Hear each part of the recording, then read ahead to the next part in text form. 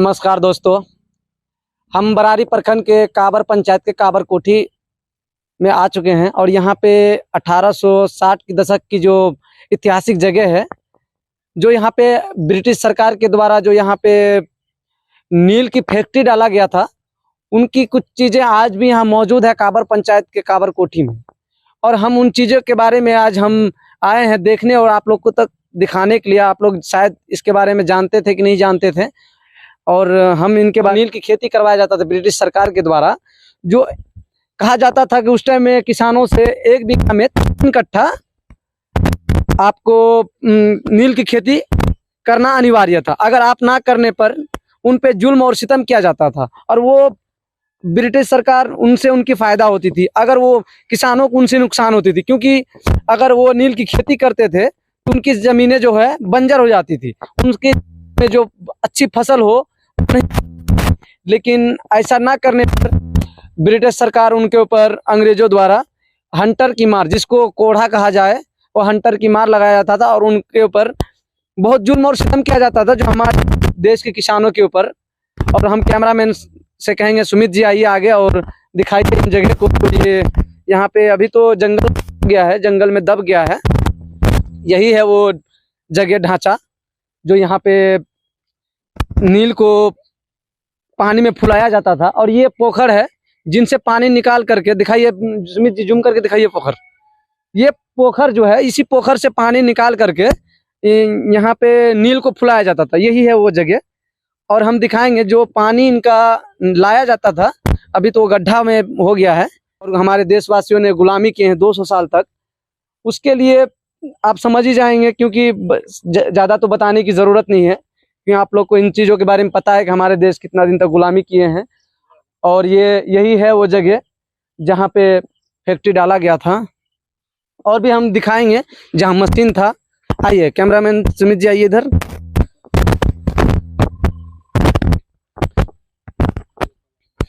यही है जगह वो जहाँ मशीन लगाया गया था, जो नील की पिसाई और नील जो तैयार किया जाता था।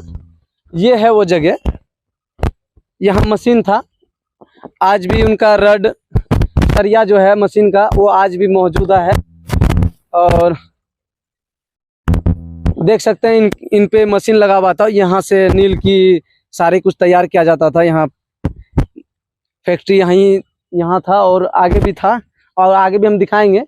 ये पूरा एरिया में फैक्ट्री डाला गया था जो यहाँ था कि भाई आपके पास अगर एक बीघा जमीन है तो आप 3 कट्ठा में आप नील की खेती कीजिए, अफीम की खेती कीजिए, क्योंकि उनसे उनकी फायदा होता था और उनको विदेशों में अच्छी उचित दाम भी मिलते थे नील की, जो उनने उचित दामों में उनकी खरीद बिक्री करते थे अंग्रेज शासन में।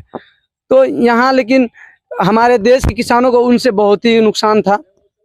लेकिन क्या करे, मजबूरी क्या ना करता।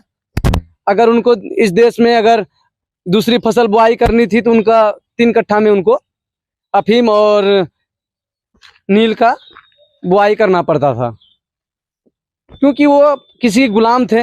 और गुलामी में तो जानते हैं कि अगर हम किसी का गुलाम है तो उनकी जो आदेश है हमें मानना है। ना मानने पे तो हमारे ऊपर कितने सारे जुल्म हुए, वो हमारे बुजुर्गों पे, पुरखों पे और हमारे देश के किसानों पे। ये है जहाँ फैक्ट्री था, ये मिल है। आइए कैमरामैन से कहेंगे अंदर आके थोड़ा इस ढांचा को दिखाएं। ये मिल जो यहाँ लगा हुआ था नील का, यही है। और भी दिखाएंगे आपको कुछ। यहाँ पे जो पानी जहाँ से निकाला जाता था, यह है वही पोखर। इसका पानी आज भी नहीं सूखता है, क्योंकि अंग्रेज का टाइम से ही खुदा हुआ है ये पोखर। इसका पानी आज भी नहीं सूखता है। यहाँ से पानी निकाल के पिया भी जाता था।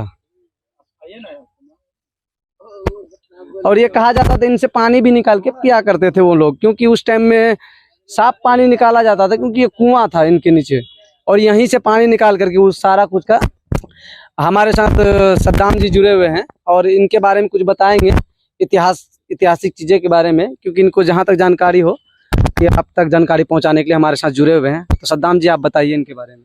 अगर आप बात करें ये काबर कोठी की, तो ये ऐसा संस्थान है जहाँ ब्रिटिश सरकार यहाँ पे नील का मशीन बैठाया गया था, जहाँ पे यहाँ से जो है ना नील तैयार करके अलग अलग महादेशों में पहुंचाया जाता था, अलग अलग देशों में भेजा जाता था।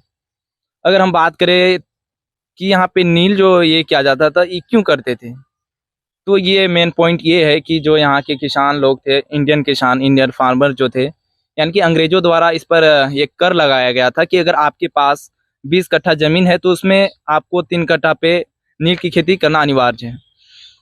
मेन पॉइंट ये है कि जो नील का खेती जब किया जाता था जिस जमीन पर, तो दोबारा उस पर कोई फसल सही तरह से नहीं उग पाता था, जिसके कारण यहाँ के जो किसान थे वो करना नहीं चाहते थे। लेकिन उस समय अंग्रेजी हुकूमत था, तो उन लोग को जबरदस्ती क्या करवाया जाता था। जैसे कि आपको बता दें, ये जो आपको दिखाई दे रहा है, बुजुर्ग लोगों से पता चला है, हम तो अभी न्यू जनरेशन है तो हम नहीं बता पाते, लेकिन जिस तरह हम सुने हैं तो बता दें कि ये 1859 ईस्वी में इनको तैयार किया गया था। ये जो आपको ढांचा नजर आ रहा है पीछे में, ये 1859 में तैयार किया गया था। उनके बाद धीरे धीरे यहाँ पे तैयार होना, नील बनना स्टार्ट हुआ। उनके बाद क्या है ना कि जब रासायनिक रंगों का जब प्रचलन शुरू हुआ पूरे वर्ल्ड में, तो धीरे धीरे इनका जो ये था व्यापारिक स्तर धीरे धीरे डाउन हो गया, जिसके कारण जो है ना कि इनका मांग अलग अलग देशों से बहुत कम होने लगा। तो धीरे धीरे जो अंग्रेजी हुकूमत था, यानी ईस्ट इंडिया कंपनी के द्वारा जो ये फैक्ट्रियां लगाई गई थी, धीरे धीरे ये खत्म होने लगा। तो यही बस हम जानते हैं इनके बारे में। अच्छा, जैसे कि सद्दाम जी, यहाँ के किसानों जैसे अगर नील की खेती नहीं करते थे तो उनको उनके ऊपर किस तरह की जुल्म किया जाता था? देखिए, जिस तरह से पता चलता है बुजुर्गों से कि जब किसान लोग यहाँ पे खेती नहीं करते थे, यानी 15% अपने खेत पर नील की खेती नहीं करते थे, उन पर बहुत सारा जुल्म सितम किया जाता था। उनको कोहरे की मार से उनको मारा जाता था। तो यही यहाँ का इतिहास है। और जैसे कि अगर उनको कोड़े से भी मारा जाता था, पर अगर नील की खेती से उनको कितना नुकसान था और कितना ब्रिटिश सरकार को कितना फायदा था इनसे? देखिए, ब्रिटिश सरकार तो वाकई फायदा था, क्योंकि उस समय जो जब रासायनिक रंगों का प्रचलन शुरू नहीं हुआ था पूरे वर्ल्ड में, तो उस समय जो नेचुरल नील की जो ये थी वो ज़्यादा मांग था पूरे देशों में।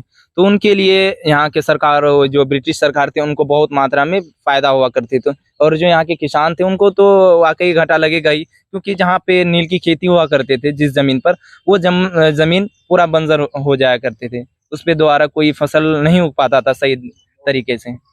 और चलिए, जैसे कि सद्दाम जी ने अभी बहुत अच्छा जानकारी दिया, धन्यवाद सद्दाम जी, आपसे मिलकर के बहुत अच्छा लगा और आपकी बातों से हमें बहुत कुछ जानकारी मिला। और